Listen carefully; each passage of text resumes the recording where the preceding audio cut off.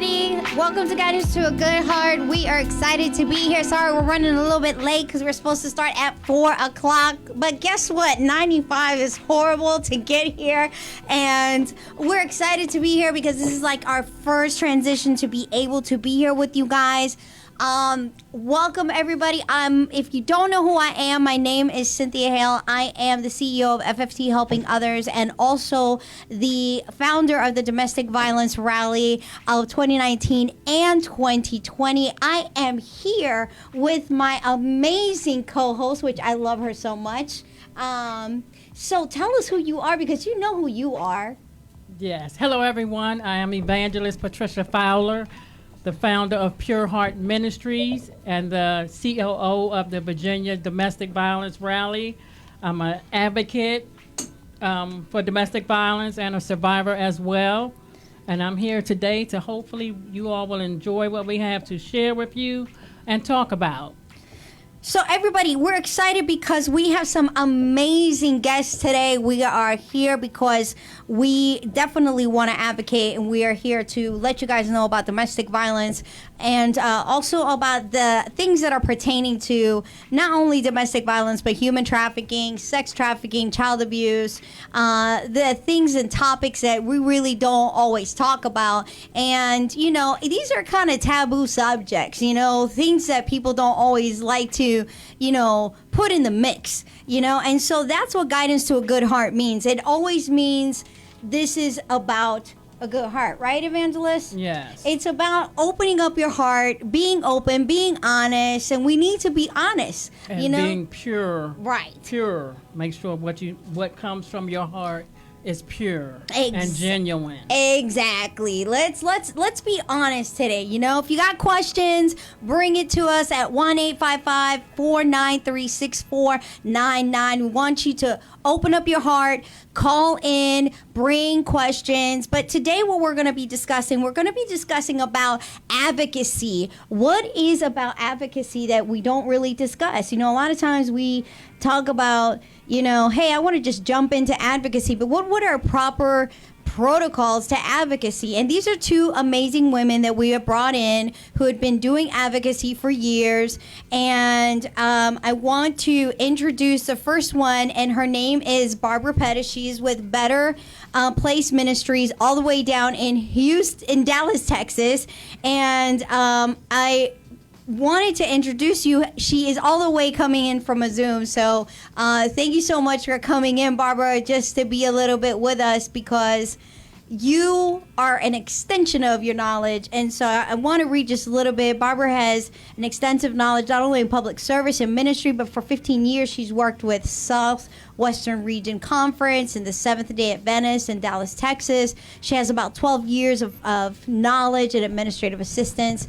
She has worked as training for clerks and representing churches over 5 state regions, and also served as a manager for the Conference Adventist Book Center for ABC for 3 years. Her leadership has also extended for the public sector, as she was previously employed as a clinic director with Blue Star Pain Management as a division for the Dallas Cowboys for the football club.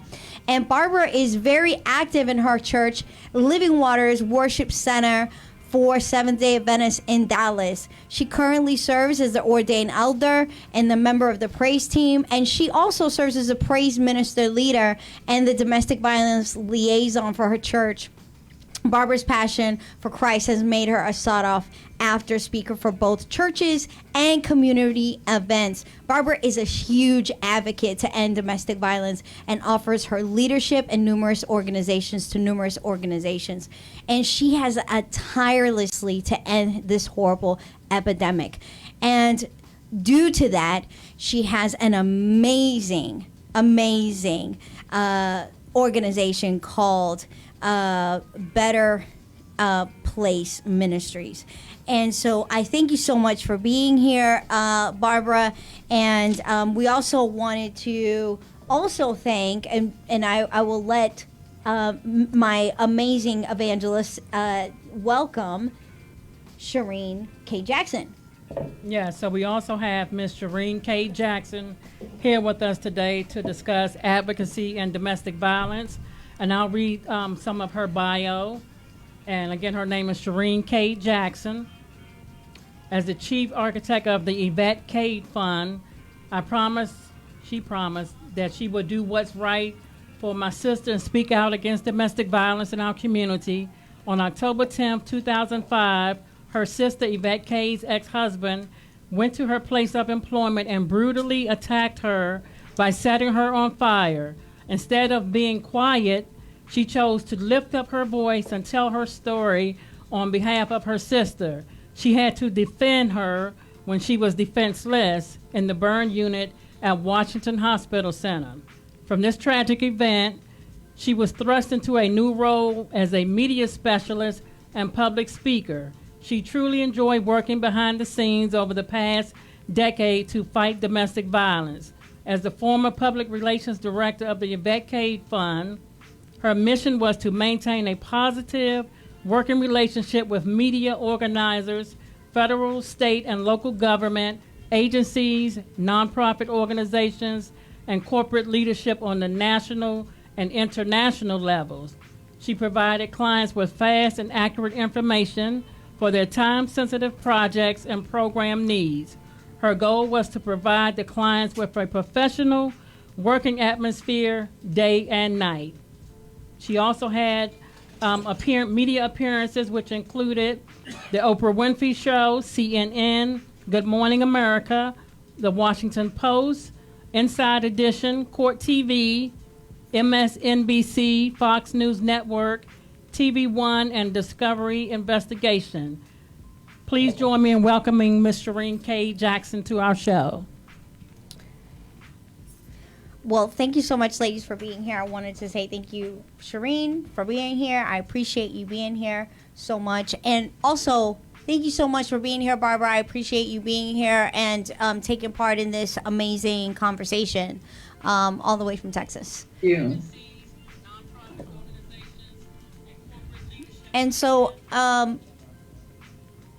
let me first start off by discussing first the thing that I really want to share. I'm glad that our stories kind of combine together a little bit in advocacy. And it's imperative for us to kind of talk about advocacy because I don't think that a lot of times we even talk about advocacy, right, ladies? Right. I don't think that we start off pointing on advocacy at all. We don't. And I think what we go into is I think we just start off by saying, oh, I really love to be able to talk about my story and testimony and all of that, but we don't discuss advocacy.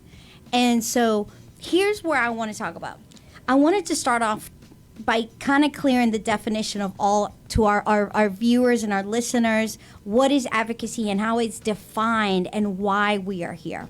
We define advocacy as the act of speaking on behalf and in support of another person in place of. So that's something that you kind of did with your sister, which is something, and we talk about ourselves too in that advocacy point, you know.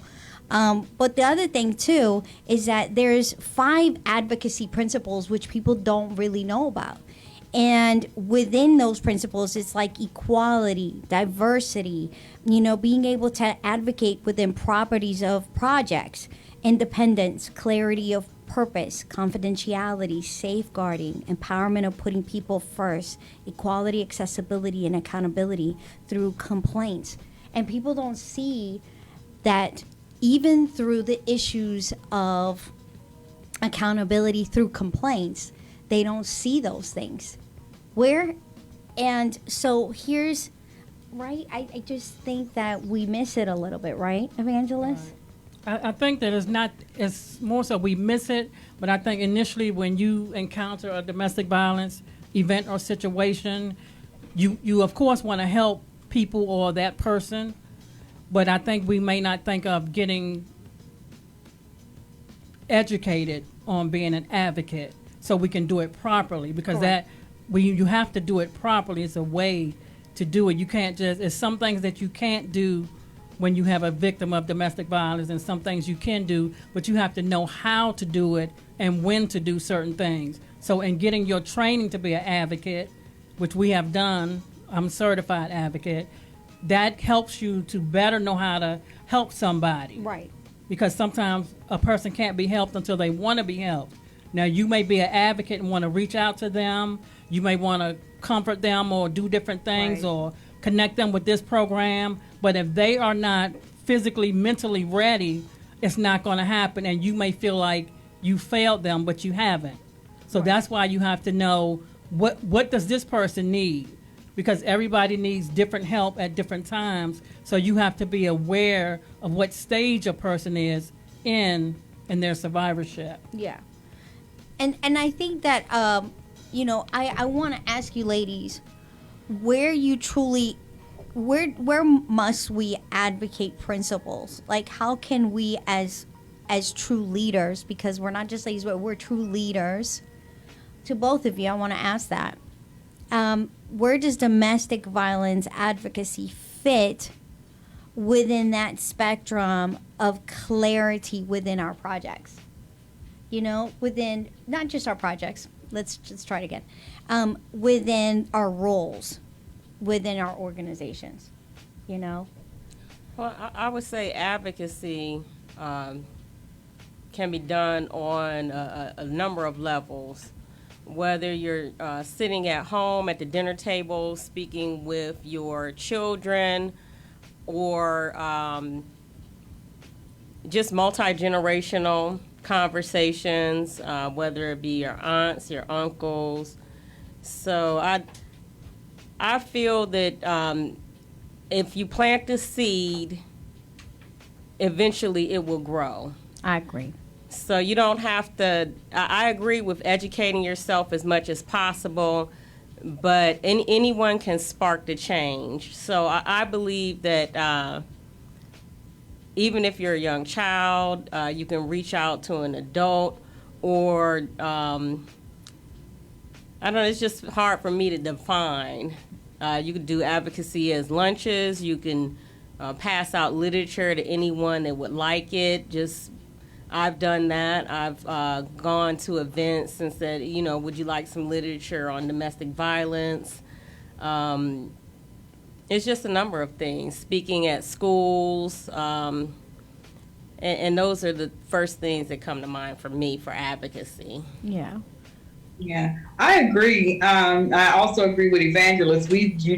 I am certified in advocacy as well. And it could be as simple as just being a listening ear, because Right. when a woman is first contemplating getting out of a domestic violence situation, Yeah. I think that's the hardest time for the experience that I've had. Yeah. That's the hardest time to be an advocate, because as you guys know and as I know, when you are initially thinking about leaving that situation, you go back and forth with, am I doing the right thing? Or especially if children are involved. Yeah. Yes. Am I going to be able to take care of my children? And Yeah. they may leave and then they go back and they even go back. So the advocacy part of that can be kind of difficult at that moment, because like Evangelist said, you have to have a made up mind to do so. And not saying that they don't have a made up mind. I know with me, it was just going back and forth, and I'm not going to be able to do this. And what about the children? But it's that advocacy is can be just simple as being a listening ear. Sometimes people just need to vent, to talk. And as they are talking, they're actually answering their own question. They're actually giving themselves permission to do what needs to be done. So sometimes you just need to sit and listen and let them determine themselves. My dad always says, I don't give advice. And so I adopted that. I don't give advice, but I will say, if I was in that situation, which I've been in that situation, this is what I would do. But I don't give advice. So sometimes we just need to listen and allow them to make up their own minds. Yeah. Yeah. And I agree. I think that we just need to find a way in which we can properly advocate, because sometimes even within we are all certified correctly, but there's also a way to properly advocate so that we don't give improper advice. That's what I feel like. We don't want to give advice in which we could potentially put someone in danger. How about that? That's my tidbit of information here. Right. And I would just say for me, the way I was trained is that you don't give advice. Sure. Because the thing we have to remember is that everybody's situation is different. Yes. And if you say to a person that's trying to get out of their situation, do this on Friday, I want you to meet me here or do something like Right. that. You have to think about you're putting that person in danger. And of course, at the time when you are trying to leave that situation, that is at the most time where it's 75% chance that he would try to kill you. Right. So you don't ever give advice. You can give suggestions, but you don't ever advise a victim to do anything because, first of all, they have to make the final decision to do. Again, if they want to get out, they're going to get out. And most of the time for a victim, they have to get fed up before they're ready to get out. You have to get fed up. And when they get to that point, they're going to do whatever it takes to get to safety. What we have to do as advocates is let them know, Cynthia, I'm here for you. Your safety is what matters to me the most. Yeah. That's what we need to relate to them, that their safety is what matters most, because if we try to push them, it's not going to be good. Right. And then they're going to get backlash from the abuser. You listening to your neighbor telling you to do this and leave me, you're not going to leave me alive. So we have to think about when we're advising them. I don't give advice. I make a suggestion, and then they can do what they want with it. Right. Same way we talk to somebody about Jesus. I can give it to you. You can take it or you can leave it. Right. Once I give it, I've done what I'm supposed to do. So we have to be careful when we're talking to victims because we could steer somebody wrong and it could cost them their life. Yeah. And I don't want that blood on my hands, and hopefully nobody else does either. So we have to be very careful when we're speaking to victims. Yeah. What I can say for my family, that we spoke about our experiences. I speak about what I saw and what I did not know, just things about, like in the 40s, 50s, and 60s, there was not a term of domestic violence. So when I go out to speak or family members go out to speak, we'll just talk about, it's not funny, you know, family stories that we used to have. We used to laugh, well, oh, she got hit. That's not funny. Right. But mainly with our family, we go out and speak about what was seen and what we did not do. And then the steps that, on looking back, what we could have done. Like when my sister, she would come over at the house and would have on long sleeves. I didn't think anything of it. I'm just like, well, you know, maybe she's coming from work, but it's 90 degrees outside, and you're indoors with shades, you know, sunglasses. And I still didn't think. You could do something as little as, hey, why do you have on sunglasses? You want to take them off, or why do you have on your shirt?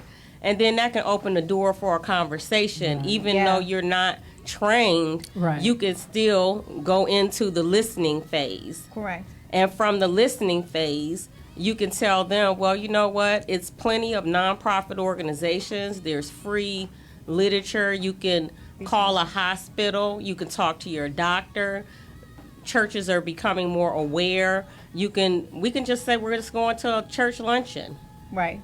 And you know, come out and listen to survivors. That could be key. It's like, you know what? I was kicked. I was slapped. I was beaten. My children were called bad names. And, you know, her income is half my income, and they survive. And so that's what I've done for years, is just come out, tell my story, and pray that it touches someone to spark that change and identify or know the signs, even if you're not the person, the perpetrator, but if you're seeing someone to help them. Yeah.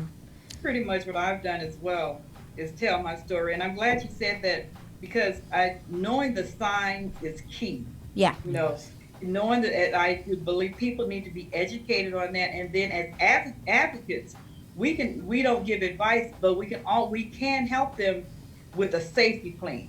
Yes. You know, we can walk them through a safety plan, but education is key Yes. to being aware and knowing. You know, if you have a friend that is always happy and you know just very jovial, and all of a sudden she's not. All of a sudden she's staying at home. All of a sudden the kids are acting different.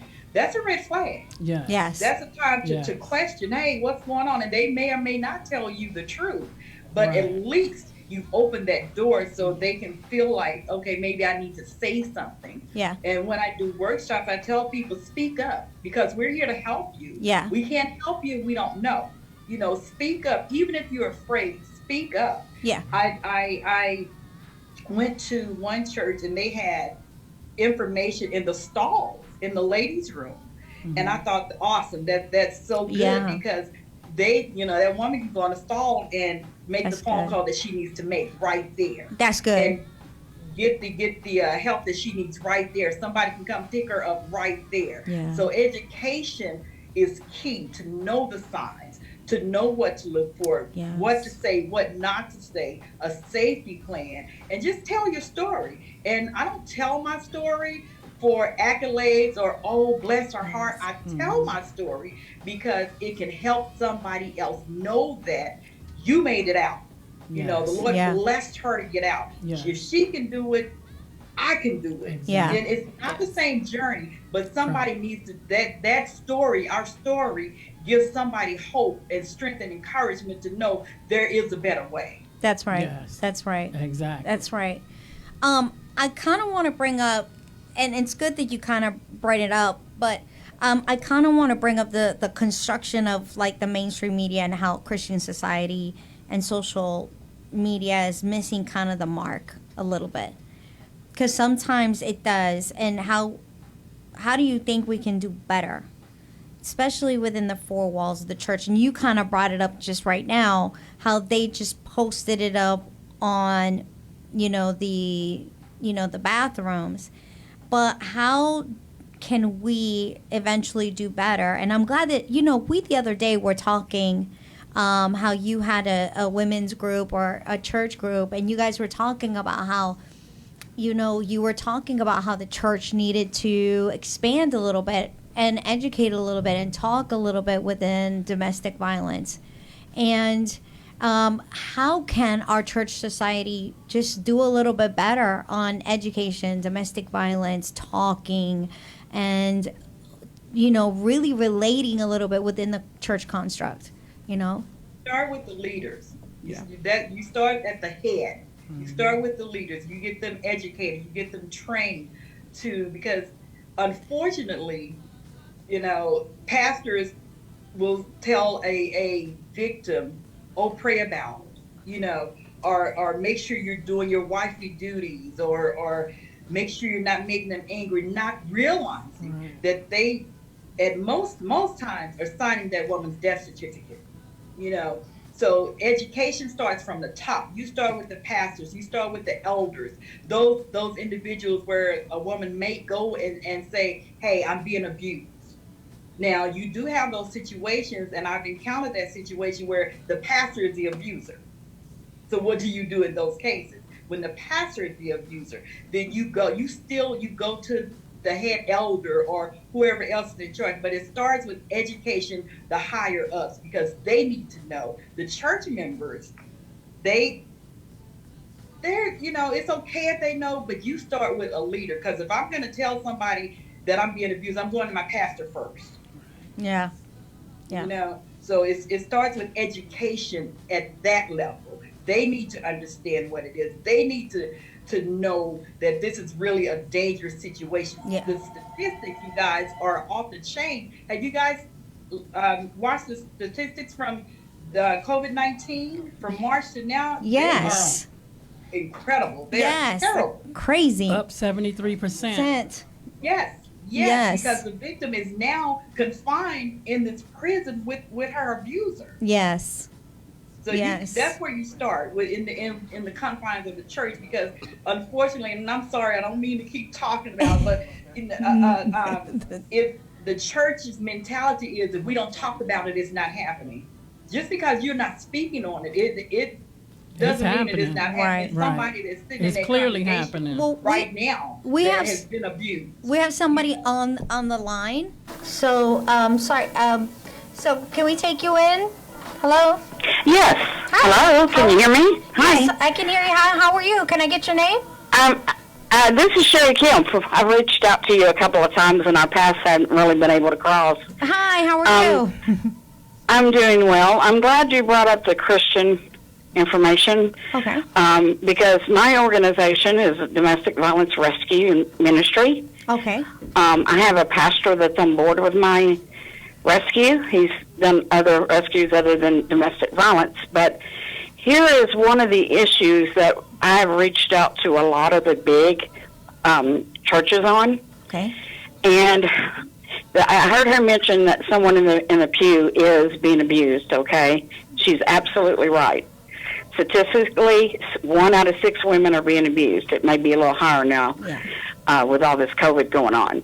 Right. But the churches are so kind of narrow-minded, and I don't want to speak bad of them, okay? Don't get me wrong. No. But we have to figure out a door because they want to keep families together.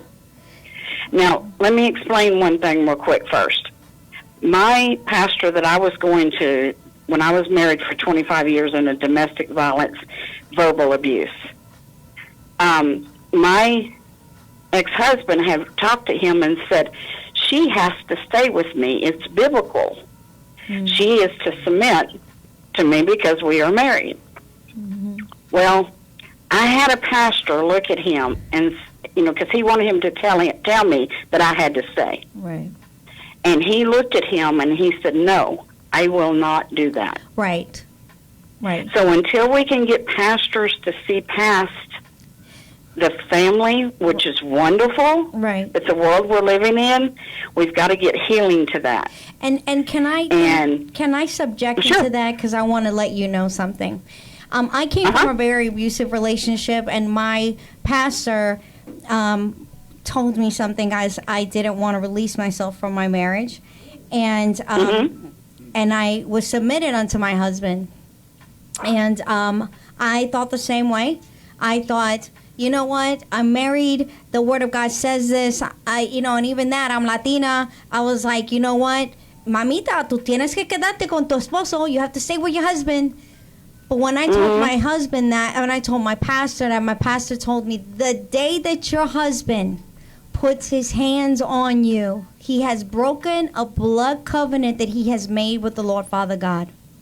Man. And so And I you agree make with a that. covenant with God with first, and in front Okay. of the eyes with God, both of you together. So when and it's biblical that he's and I'm submitting unto you, evangelist. Want to make sure that I'm covered. Right. You're right. You're So right. I want to make sure I'm Now, covered. but- Because evangelist always corrects me on things. I want to make sure I'm covered. Because it says, as two become one.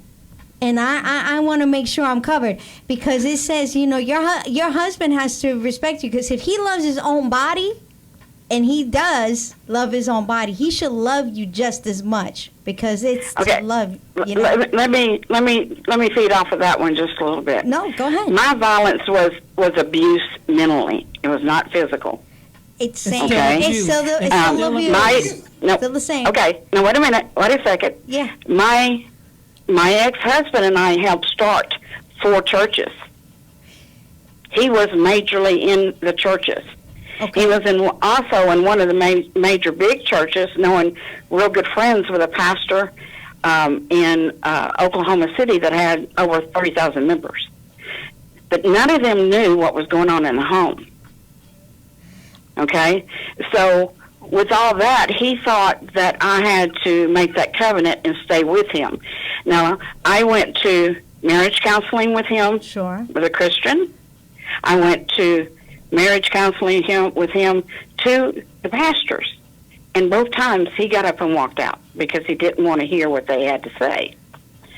All I do when I tell people, and this is what I tell pastors, my Father on earth would not accept me to live this way with him. Right. So there's no way you can tell me my Heavenly Father does. Right. That's good. And they all get, real quiet at that point. Right. And like I told him, I felt that I outgrew my ex-husband, and I think that scared him. He was a very successful businessman. He made real good money, thought I wouldn't leave because of the money. And I just packed my kids up and I left. So we have to get into the churches, though, to let them know that if we can bring the man and the woman in for counseling and really find out what's going on, we need to do that. Now, But sometimes that covenant needs to break. I do have to disagree on certain things. There's a lot of pastors that are within our churches that are not properly trained mentally or psychologically because they do not have certifications to properly counsel. And so, unfortunately, they should have a counsel team. If they don't, if they've got a church there's certain and they don't churches- have a counsel on their team, They're just that their church isn't going to stand. I agree.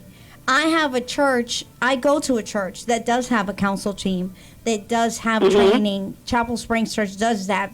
They do have a counsel team. They have doctors in there that are properly trained. Now, unfortunately, certain churches don't. And if that causes unfortunately, if there's certain marriages that you find that you go to your pastor, your leader, and you're not getting satisfactory psychological help, because we're not talking about spiritual, we're talking both earthly and counsel.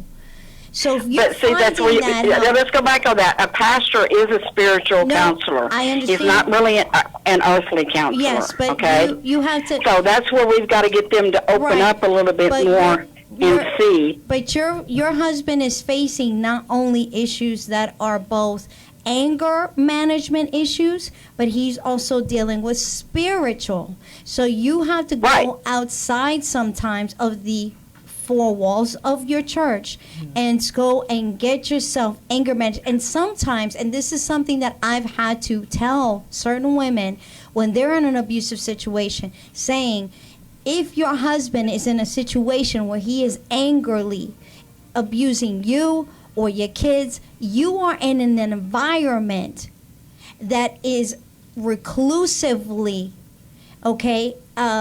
you're embedding that anger. And so what happens is you have to leave the environment so that he can go and get himself help. And maybe you can get back together again, because that way he will want to get help. Right. We divorced 10 years ago, okay? He, excuse me, he did have him go to counseling by himself from the beginning, so he could face what I would call his demons. Okay, to me, those are demons. When you're aggressively angered and when you hit things, those are spiritual overtakings in my eyes, especially from a Christian rapport. Now, I finally stood up to him when he turned to my daughter and started doing my daughter that way. And I told him, look, here's two things. One, I married you, and I knew what I was getting. Two, she did not know. She's an innocent person, okay? And then I also told him, too, I have to protect my kids even if it's against their father. Okay? Yeah. And he got real quiet. I want to say today, I hate this news, but he is on his deathbed. He did not take care of his diabetes. God has still pulled him out a few things, but he's still turning that way. And my eyes, and I've spoke to the pastor of my ministry, we kind of feel, and we're glad that he's doing the consequences on earth and not in heaven. Because I still go pray for him. Okay. And I still talk to him and ask him if he knows the Lord and if he feels that he's saved and he's going to heaven. Because that's important to me. And my children are, they're 27, 22 now. And my son is in the ministry, and my daughter is an RN.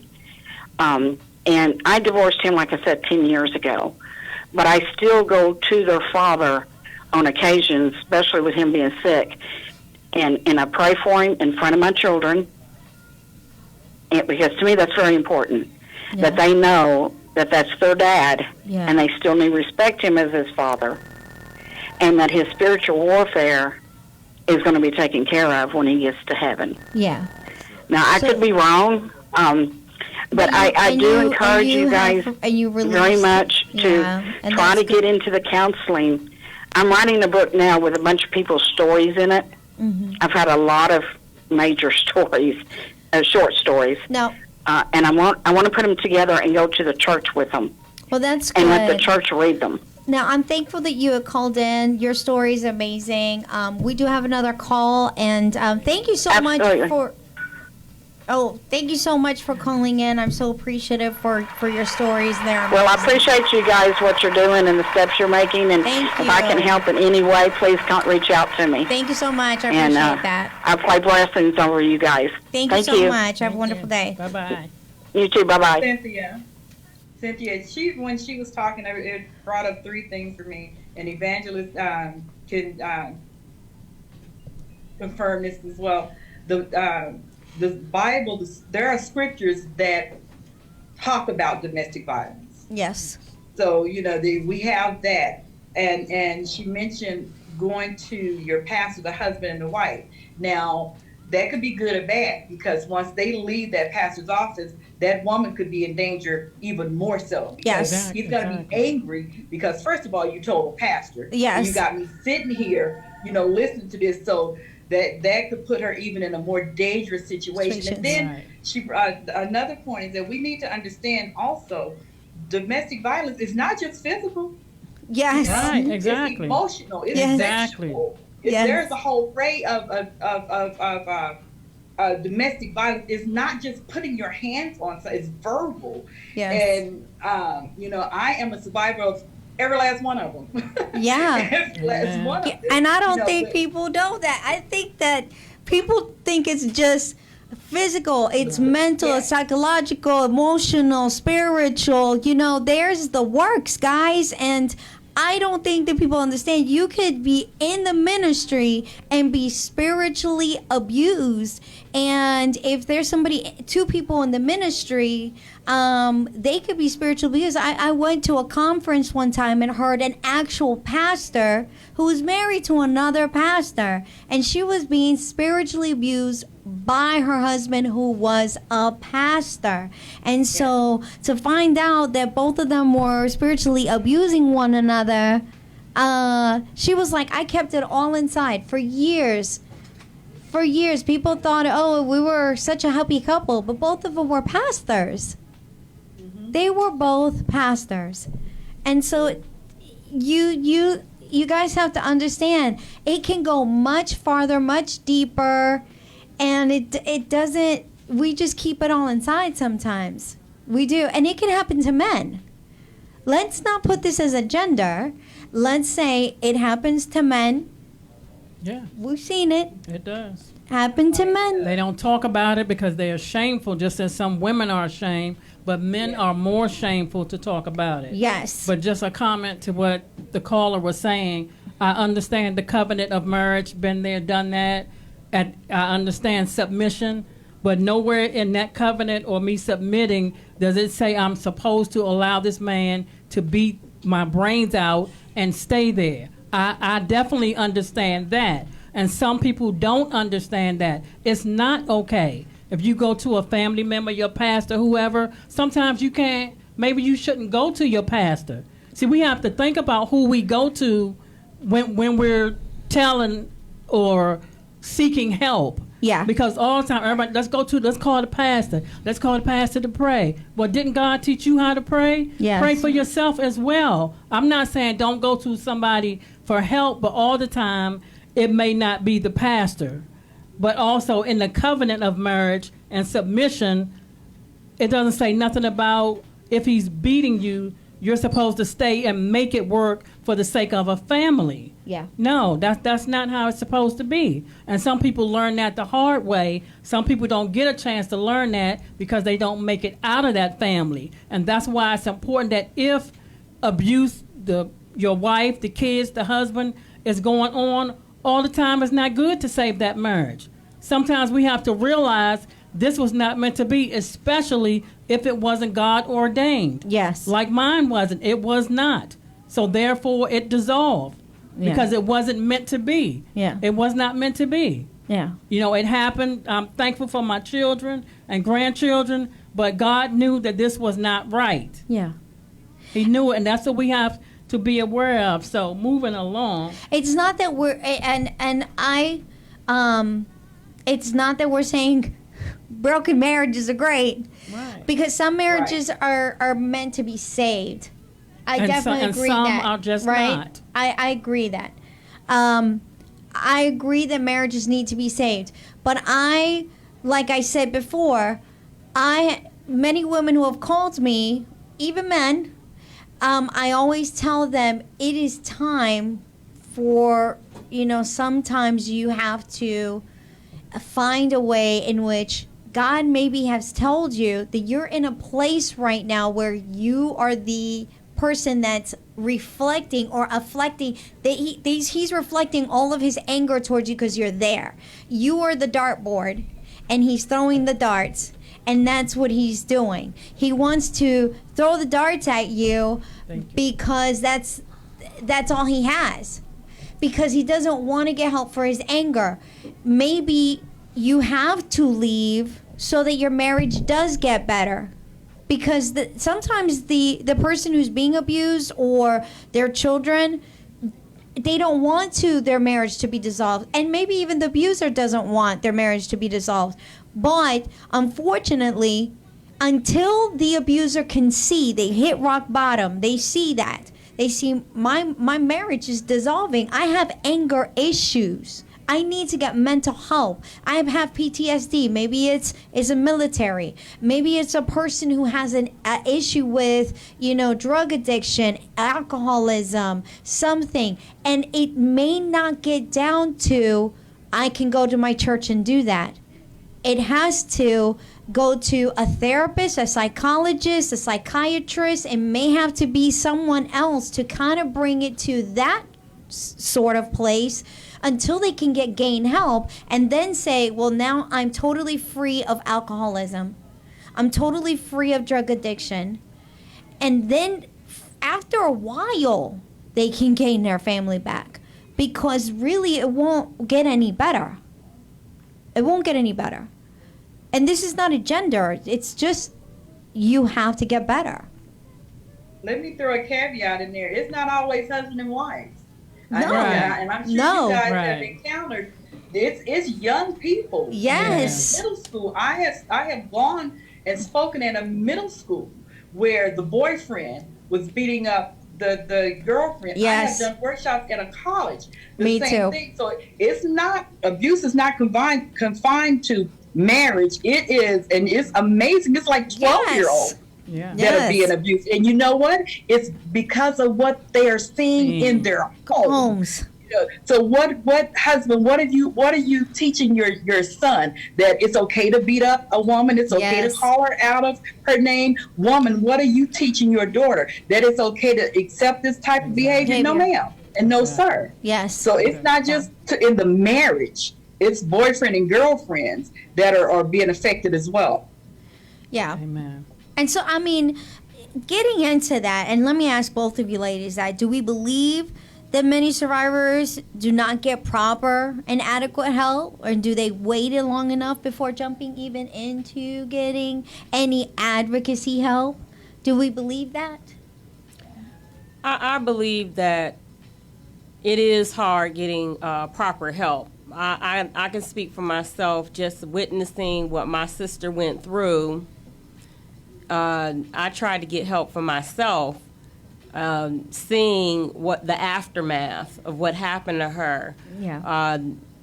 When she was set on fire, I went to Washington Hospital Center, and I literally watched her face coming off, the blood and the plasma dripping from the bandages. I had to see her get get a ventilation tube, put her down her throat again for another time. And I reached out to a doctor, and they told me that it was none of my business. They said that it didn't happen to me, so what am I worried about? And I regret that I did not continue to just keep going down the pages so I can heal. Yeah. But for me, speaking out against domestic violence and telling my story, I just made that my therapy. Yeah. But I would encourage anyone, if you get that kind of negativity, don't stop. Go to the next doctor. Or it's so many avenues these days. Even if they're not trained, you can Google something. You can go on YouTube, and just keep going until you find the right place. That's good. I just say don't stop. That's good. It will be someone there. That's good. I like that. Yeah. Absolutely. I am so sorry that happened to your sister. My heart is broken just hearing this story. I am so sorry for that. But advocacy, it's available. Sometimes it's tough to get into these programs. Unfortunately, sometimes they're full. But there's somebody that just like you said, just keep calling, keep trying, keep turning the page. Somebody will be able to assist you. Yeah. Yeah, that's true. Yeah, and that's the thing. I think sometimes, nowadays, our hospitals do have a proper advocacy where they are trying to help women when they with dealing with advocacy now. There are proper venues within. We do have a phone call. Let me try to take this. Sorry, guys, I was going into something. But caller, can you come on in? How are you? Can we get your name? Hello? Hello? Sorry. Hey, caller, how are you? Can we get your name? Good. Hi, This is Karen. Hi, Karen. How you doing? I'm good. I'm enjoying the talk show and the training. This is wonderful. Karen, is this you all the way from Indiana? Yes. This is me. Yes. How are you, my Karen? How are you? I am doing good. How are you, ladies? We're doing well. Good, thank you. Good. Oh, it has been so wonderful listening to you all, and I wish so much that I would have had this kind of information back when I was leaving my abuser or trying to.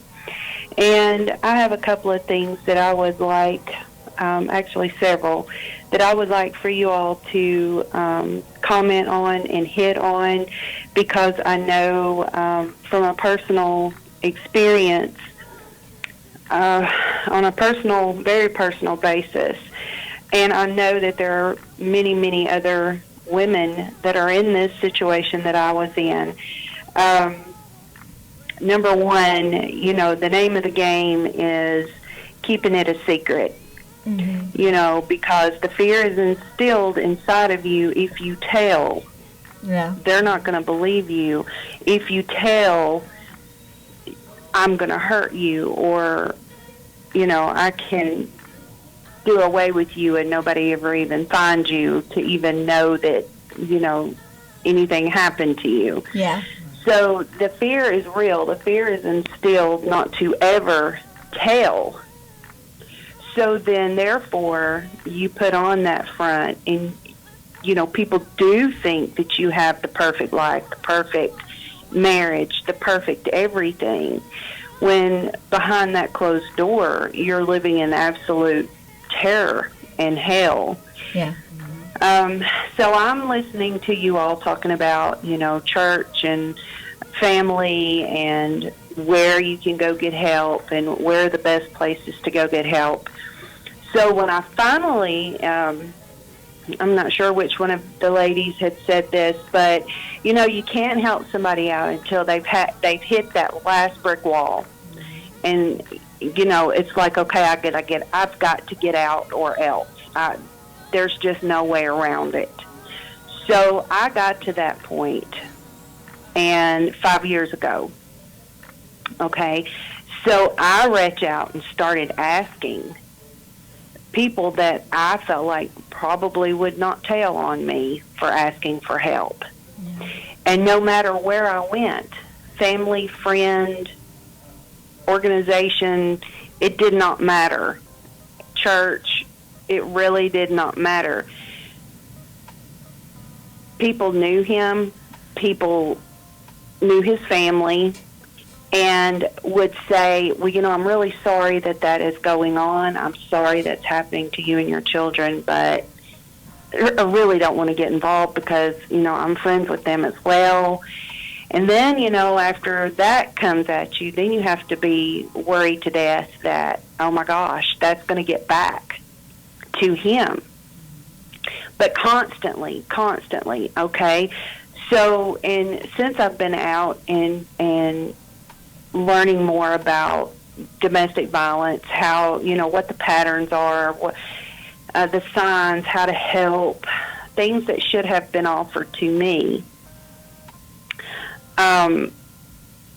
People would say, or every great once in a while, like I will hear somebody say, well, you know, you need a plan. Well, I had no idea how to make a plan. I didn't even know who to go to for a plan. And so that was very detrimental to me. Had I had the right kind of help, had I have known the right avenues and the right direction to go to seek this help, because obviously nobody I knew wanted to get involved. They were okay to leave me and my children in that horrible situation. Okay, so here's the thing. After you've been in this marriage for a good long while, you're cut off from friends and family and contacts, anything like that. So not only that, but you don't know what is available to you. So when people shut the door in your face, you think, okay, well, there's no hope. There's no way out of this, and I'm not strong enough to do it myself. So then I just think it's so important. I'm not sure how it needs to be done, which the education that you all are giving is absolutely phenomenal. But how do we get a plan out to women who are so scared to ask? I mean, they have to do everything they do in secret.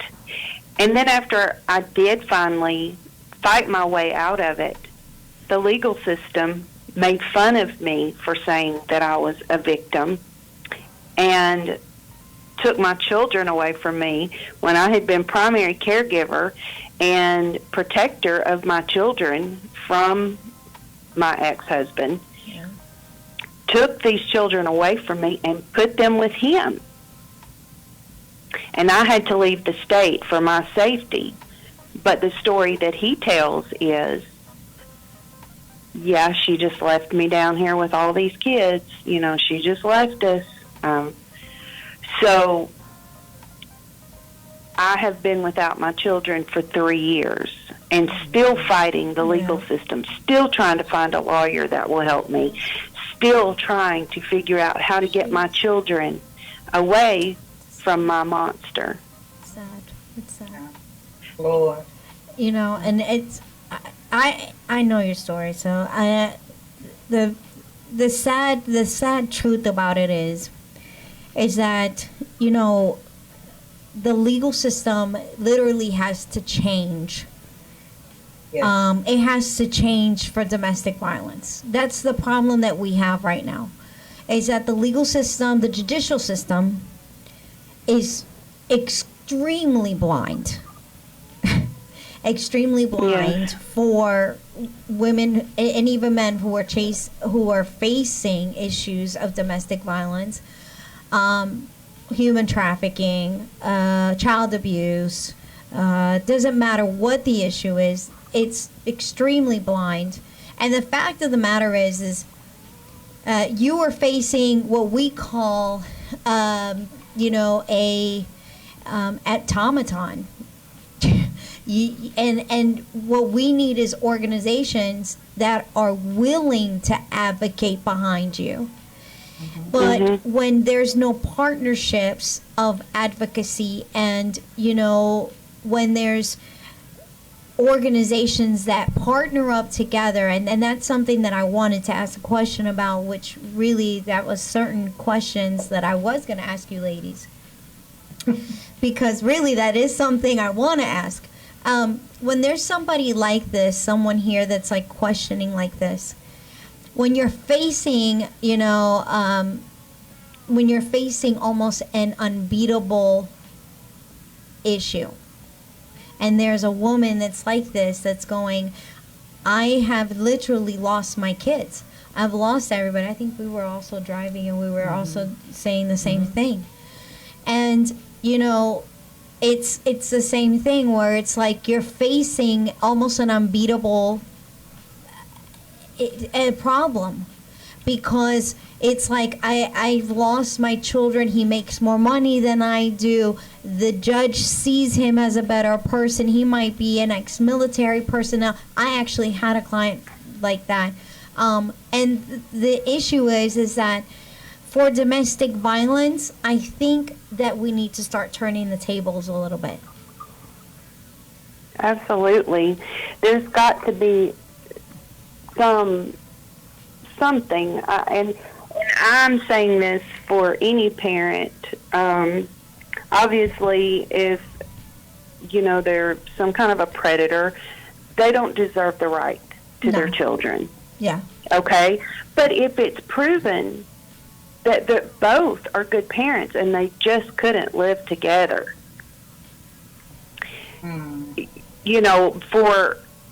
for marital reasons, the children should not be taken away from either parent. Well, I'd like to jump in real quick. I'm in Prince George's County, and I'm proud to say that the Marjorie Cook Legal Clinic, they do help women such as yourself that make less money, secure protective orders. And when the Marjorie Cook Legal Clinic came out, I did not know the reach or power of a protective order, that a judge can order your abuser to make the house note, make the car note, pay the electric bill, pay you your spousal support, child support. Yes. So those protective orders are powerful, and that's Prince George's County, Maryland, and also they partner with the House of Ruth. So I definitely encourage people. Protective orders in the past have been made a joke, and people are wiser through technology and videotaping, and there are people out there that will help you. There's knockout abuse on the East Coast and West Coast. So I would encourage anyone to reach out to those organizations, as well as the domestic violence hotline. And then there are also programs in the state of Maryland. I have to look through my notes that even it's a protection for your address, to the extent if you file your taxes. It's through the Family Justice Center. The Family Justice Center has a combination with them here in Maryland. Yes. That they will give you a PO box. I was there at your. Yes. It was I did that. Yes, you did. It was very good. Also, the Women's Law, womenslaw.com, they will help you as well. But I hope that that if there is a lawyer out there that is willing to help, and is listening in on this, that is willing to help somebody who, like Karen, and has some kind of pro bono access or something like that, and is willing to help someone like Karen, who has lost their 3 children, or even also the young lady who we were talking about on the phone. Most states have legal aid services where they have free services, or if you can't afford it, or it may be on a balanced scale. But what I would say to you, ma'am, is don't stop fighting for your children. Yeah. Do not, I don't care how bad it seems, if you feel like he's winning, he's getting everything in court, He has the kids. You haven't seen them. I would not stop fighting for my children. Do not stop fighting. Right. If somebody, you call somebody for help and they say they can't help you or they don't know, you hang the phone up and you make another call. You call somebody else. If they say no, you hang up the call and call another person. Don't stop calling, because most courts have a vision disconnected with domestic violence where they can connect you with the proper people to help you. And if you've done nothing wrong, you should be seeing your children. Yeah. And I definitely would not stop fighting for that. I don't care. I just told a young lady this morning, she said she feel like her child's father is winning. And I told her, I said, when you feel like that, you can't feel like that. You have to be strong for your children. If you love them, you continue to fight for them regardless of how it looks. Yeah. Until it looks like what you want to see. You can't give up, because believe it or not, that child may be praying for you to get them, and you may not even know it. But you cannot give up on your children. I don't care how many times somebody tell you no, or they can't help you, or they don't agree with what you're doing. Continue to fight for your children until you get the results you want to see, because there is an agency wherever you are that will help you get that done. Yes. But you can't give up. Even when you feel like or see nothing in sight, don't give up. Just keep trying to get your children back. Yeah. I Yeah. agree with that. Keep fighting.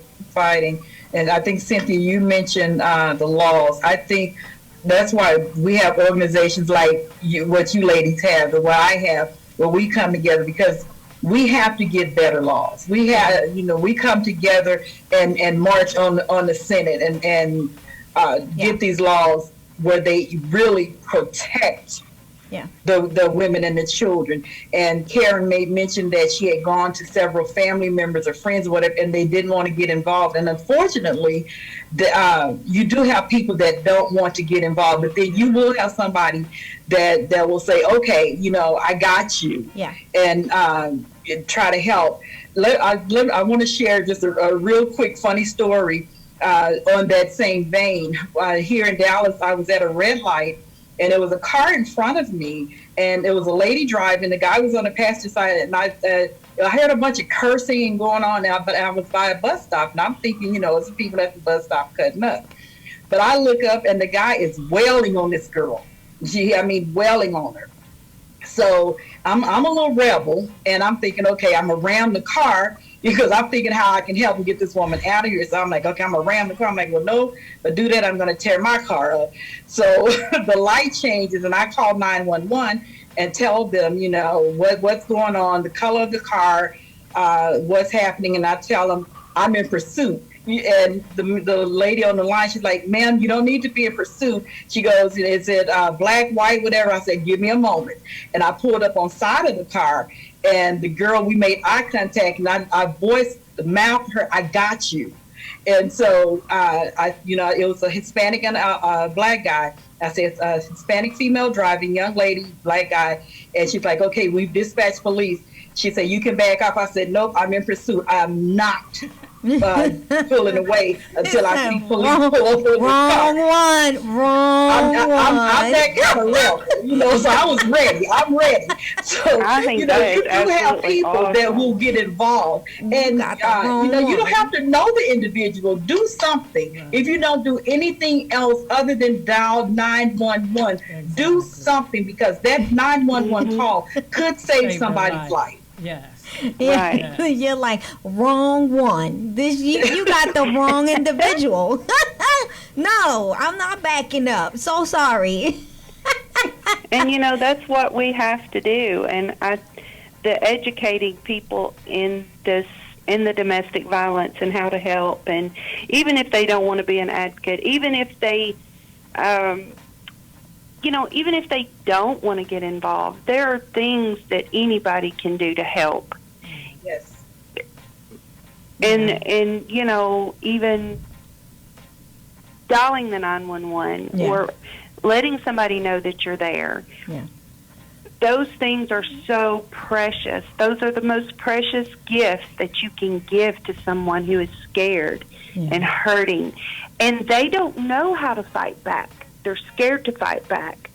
So to know that there's another human being that cares and that I'm not alone is an amazing gift. Yeah. It is. It makes a difference. It makes a difference. Mhm. Yeah. Well, Well, thank Karen- you, ladies, for Karen, talking thank to you me. so I much for just- calling in. I appreciate you, you all so and much. we love you so much. Thanks again. Okay, love you too. Bye. Bye. Well, ladies, I think that we brought it into a good perspective, which we did bring it into what we like talking about is, how the judicial system kind of is broken a little bit. And that's, kind of part of advocacy. It's kind of part of, what we really like to talk about, which, how does that? How is it looking? It needs work. I mean, it needs work. The court systems are backed up, especially since March with COVID-19. Domestic violence has gone up 73%. You can't get into court. Sometimes you can't get the police to your house. Mm-hmm. People are scared to report now because they may not come if you call them. I mean, it's just a lot. It needs a lot of work. It needs a lot of work. The courts and the police need to work together when it comes to domestic violence. And in Virginia, they have a program called the Lethality Access Program, which I've been trained in, and that's where the police, if they're called to a domestic violence incident, they get an advocate on the phone right then, Right. so that the victim can speak with them, get a safety plan, Yeah. get help, maybe get 2 nights at a hotel, stay with them to get some belongings out the house. But it needs to happen everywhere. Everywhere. It needs to happen everywhere, Yeah. because people are just not safe. And a lot of people are scared to call Yeah. for fear of their lives, Yeah. and fear of what's going to happen afterwards. Yeah. They don't want the man to go to jail. They just want him to stop. But once the police are gone, he's going to be right back at it again. Yeah. So again, that victim has a choice. Yeah. I'm going to get this advocate on the phone. Do you want to speak to them? Yeah. Now, they have a choice. They can say yes or no. If they say yes, I'm going to tell them what information I can give them. Yeah. I'm going to let them know the state is going to put them up 2 nights in a hotel. Get your kids. You're going to be safe. Get your documents out the house. But some people are probably not going to want to do that. But Yeah. if the offer is there, Yes. if the offer is there, that's what makes the difference. Yes. And a lot of times the victim does want that. They do want to get away for a couple of nights, collect themselves, get their mind together, reflect on what has just happened over the last few days.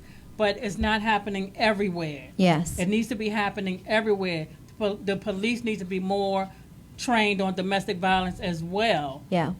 I mean, they just really need to be trained a little bit better. And I think because I deal with a lot of Latinos and I deal with people of other cultures, I don't think a lot of advocates know that police officers are constantly putting children in between 2 adults as a translator. And unfortunately, you cannot do that. There is a 1-800 number that police officers can utilize as a translator, and it will translate for you. There is always 365 days a year, 7 days a week, 24 hours a day.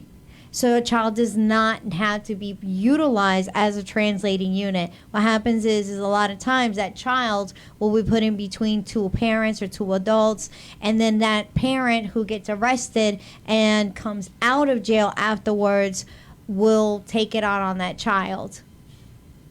And so because he did translate for the 2 adults, and so we need to start training our sheriffs, our police officers, hey, do not utilize that child or those children to translate, because a lot of times the child will see those parents be arrested and will see a lot of these issues, and what they need to be doing is putting those children in another room so that they are not seeing these issues of domestic violence and the issues of the police officers in between these issues. And we see it so often enough, where police officers are there, then there's the altercation of police officers and children in the mix and everybody, and you translate and you do this, and and the kids are like, pero espérate, or hold on and let me translate it, when there should already be a 1-800 number, and there is. And there's apps too now that are now being utilized for them to use. So that's something that we need to be conscientious as equality, as diversity, as transparency, and we want to make sure that they know that, it's imperative. It's not for us, it's for our kids. It's for our kids. I know that you guys have been here a really long time, and I hate to keep you guys for a really long time. Well, you know what? I want to thank you guys for being here. And, one is, Miss Barbara, I wanted to at least let everybody know about your awesome book that's coming out pretty soon. Let us know about that awesome book. My book is entitled From Pain to Purpose. It is my journey through domestic violence and my victory as a survivor now. I'm so excited about it. It's going to be a blessing, and it's going to encourage, inspire, and instruct. And the release date, we are hoping that it will be around the end of September, 1st of October, that I will be able to have a book signing and have it coming out. Fantastic book. It's truly God-inspired. I had to regurgitate things that I didn't want to remember, but that's part of the process. Yes, The book was a healing journey for me, as well as those areas that I thought was healed.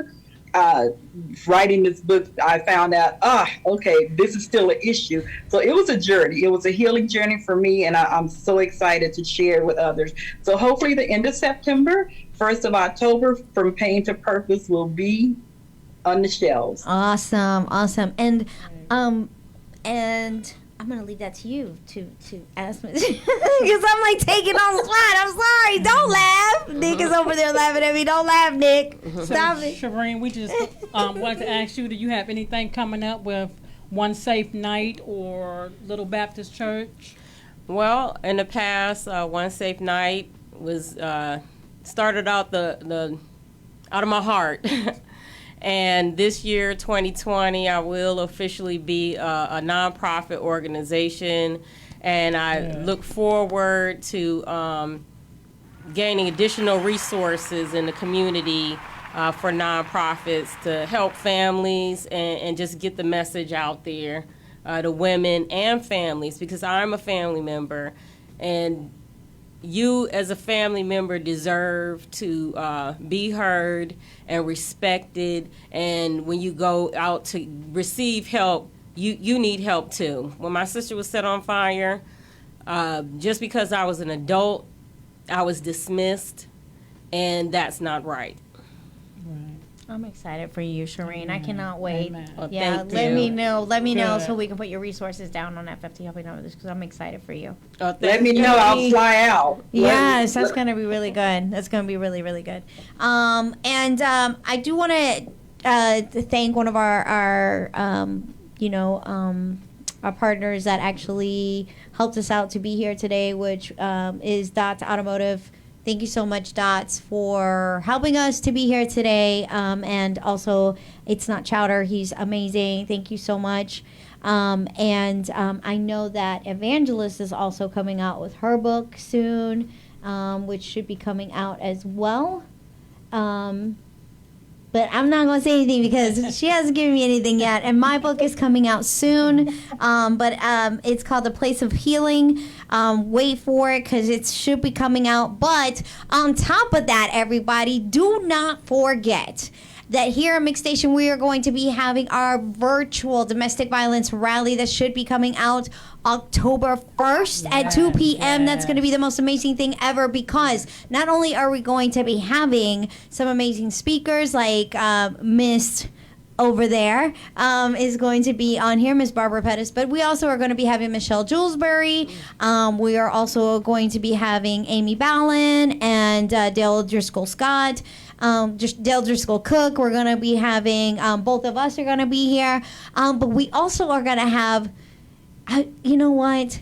I don't know if I should say it, Nick. I don't know if I should. Ooh, I don't even know. But guess what? I'm on I almost got freaked out when I saw it, guys. But we're gonna have some NFL players that are that are actually going to like tell us some stuff, which I don't want to tell you who the NFL player is, but you guys gotta kind of tune in. Yes, tune in to find because out. when I showed Evangelist, I was Tune in. freaking out. There is an NFL player. I'm not gonna tell you who, but yes, and it really freaked me out when I saw it. But anyways, we will have some coaches from NCAA and some senators from Nevada and Hawaii. And we also have some other senators are from New York that are... New York. Okay, so anyways, but we also got some really amazing speakers. And we also have a speaker that's coming all the way from UK, and she is a GGA speaker from the UK. And not only that, she is a UN representative, Chrissy Sykes, and she is known for her program called My Body Is My Body. You can look it up online. It's called mybodyismybody.com. Which she is representing children who are being abused, and giving a great teachers program on how to be able to respect your body and how to have other kids not touch your body in the proper way, but she teaches it with children's music. Like, it's a really good understanding. Like, it's amazing. I've actually been certified under it myself. So I got a certification under the UN, under SDG, because I'm part of the UN. And so it's an amazing program, but she will be here. I think we have her here next program. So make sure that you watch her. But we have some amazing speakers, and I am so thankful for Mix Station for having us here. And thank you guys for being here, and I hope that you guys have a wonderful day. Thank you. And like I always say, you're beautiful, you're lovely, I love you, and God loves you too. Bye, guys. Bye. Take care, ladies. Bye-bye. Bye-bye.